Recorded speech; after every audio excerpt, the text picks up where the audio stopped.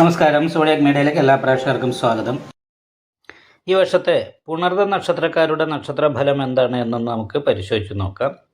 മീന ശനി, മിഥുന വ്യാഴം 1201 ആണ്ട് മേടമാസം 1-ാം തീയതി ഉദയാദി 5 നാഴിക 47 വിനാഴികയ്ക്ക് ചതയ നക്ഷത്രവും കൃഷ്ണപക്ഷ ദ്വാദശി തിഥിയും പന്നിക്കരണവും ശുഭ്രനാമ ചന്ദ്രാർക്ക യോഗവും കൂടിയ ദിവസം കുംഭക്കൂറിൽ ഇടവ ലഗ്നത്തിൽ ജലഭൂതോദയത്തിലാണ് ഈ വർഷത്തെ വിഷു സംക്രമം വരുന്നത്.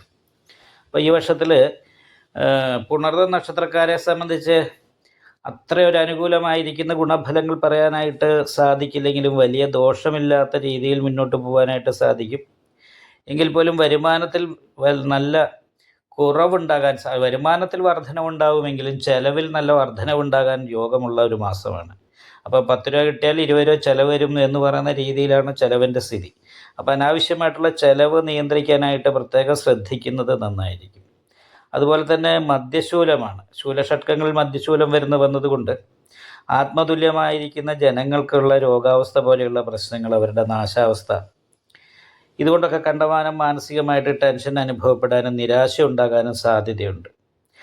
അതുപോലെ തന്നെയാണ് സഞ്ചാരക്ലേശം അനുഭവിക്കാനായിട്ട് യോഗമുണ്ട്. ആവശ്യമില്ലാത്ത യാത്രകളുണ്ട്. ശാരീരികമായിട്ടുള്ള ക്ഷീണം അനുഭവിക്കാനും ധനനഷ്ടം സംഭവിക്കാനും യോഗമുള്ള സമയമാണ്. അപ്പോൾ യാത്രകളൊക്കെ വളരെ ശ്രദ്ധിച്ചു മാത്രം ചെയ്യാനായിട്ട് ശ്രമിക്കണം. അതിനോടൊപ്പം മാനഹാനി പോലെയുള്ള കാര്യങ്ങൾക്ക് യോഗമുണ്ട്. മറ്റുള്ളവരുടെ മുന്നിൽ മോശമായ രീതിയിൽ ഉള്ള ഒരു അവസ്ഥയിലൂടെ കടന്നു പോകാൻ ഇടവരാൻ സാധ്യതയുണ്ട്. അപ്പോൾ അതും വളരെ ശ്രദ്ധിക്കണം. നമ്മളുടെ സംസാരം, നമ്മളുടെ പെരുമാറ്റം പരമാവധി പ്രശ്നങ്ങളുള്ള ഭാഗത്തു നിന്ന് മാറി നിൽക്കാനായിട്ട് ശ്രദ്ധിക്കേണ്ട അവസ്ഥ. അപ്പോൾ ഇങ്ങനെയുള്ള രീതിയിലൊക്കെ വളരെ ചിന്തിക്കണം. ഒന്നാമത് പുണർദ നക്ഷത്രക്കാർക്ക് ജൂൺ മാസം വരെ ജന്മരാമവനേ ദുഃഖം എന്ന് പറയുന്ന യോഗം ഉണ്ട്. അപ്പം അതുകൂടാതെ കണ്ട് കണ്ടകശനിയുടേതായിരിക്കുന്ന ദോഷമുണ്ട്. 10 രൂപയിൽ കിട്ടിയ 20 രൂപ ചിലവ് വരെ, പ്രവാസം, വീട് വിട്ട് നിൽക്കാനിട വരെ, വീട്ടിൽ നിൽക്കുമ്പോഴുള്ള സുഖക്കുറവ് പോലെയുള്ള പ്രശ്നങ്ങൾ, അതുപോലെ ഇടയ്ക്കിടയ്ക്ക് ശാരീരികമായിട്ടുള്ള രോഗാവസ്ഥ പോലെയുള്ള പ്രശ്നങ്ങൾ, മാനസികമായിട്ടുള്ള ടെൻഷൻ, ഇങ്ങനെയുള്ള കാര്യങ്ങളൊക്കെ അനുഭവിക്കാനാണ് യോഗം. അപ്പോൾ കണ്ടകശനി ദോഷത്തിന് പരിഹാരമായിട്ട് അയ്യപ്പക്ഷേത്രത്തിൽ നീരാഞ്ജനം വഴിപാട് എല്ലാ മാസവും ചെയ്യാനായിട്ട് ഈ വർഷത്തിൽ ശ്രദ്ധിക്കണം. അതുപോലെ ഭാഗ്യക്കുറവ് പോലെയുള്ള കാര്യങ്ങൾക്ക് പരിഹാരമായി കൊണ്ട് നാഗപൂജ ചെയ്യാനായിട്ട് പ്രത്യേകം ശ്രദ്ധിക്കണം. അതിനോടൊപ്പം തന്നെ വിഷ്ണു ക്ഷേത്രത്തിൽ നെയ്വിളക്ക്, ഭാഗ്യസൂക്താർച്ചന മുതലായിട്ടുള്ള വഴിപാടൊക്കെ ചെയ്തിട്ട് ദൈവാധീനം വർദ്ധിപ്പിക്കാനും പ്രത്യേകമായിട്ട് ശ്രദ്ധിക്കണം.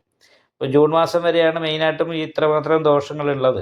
ജൂൺ മാസം കഴിഞ്ഞിട്ടുണ്ടെങ്കിൽ പിന്നെ രക്ഷാസ്ഥാനത്തേക്ക് സർവേശ്വരകാരകനായിരിക്കുന്ന വ്യാഴം വരുന്നത് കാരണം ജൂൺ മാസത്തിന് ശേഷം ഒരുവിധം അനുകൂലമായിരിക്കുന്ന ഗുണഫലങ്ങൾ തന്നെയാണ് അനുഭവിക്കാൻ യോഗമുള്ളത്. എന്താണെങ്കിലും നല്ല പരിഹാരങ്ങളും പ്രാർത്ഥനയും ഉണ്ടാകാനായിട്ട് പ്രത്യേകം ശ്രദ്ധിക്കുക. നിങ്ങൾക്ക് ഈ വീഡിയോ ഇഷ്ടപ്പെട്ടാൽ ലൈക്ക് ചെയ്യുക. നിങ്ങളുടെ അഭിപ്രായങ്ങൾ കമൻറ്റ് ചെയ്യാം. ജ്യോതിഷവുമായി ബന്ധപ്പെട്ട കൂടുതൽ കാര്യങ്ങൾ അറിയാൻ ഈ ചാനൽ സബ്സ്ക്രൈബ് ചെയ്യുക. ഞങ്ങളുടെ ഓൺലൈൻ കൺസൾട്ടൻസി നമ്പർ താഴെ ഡിസ്ക്രിപ്ഷൻ ബോക്സിൽ കൊടുത്തിട്ടുണ്ട്.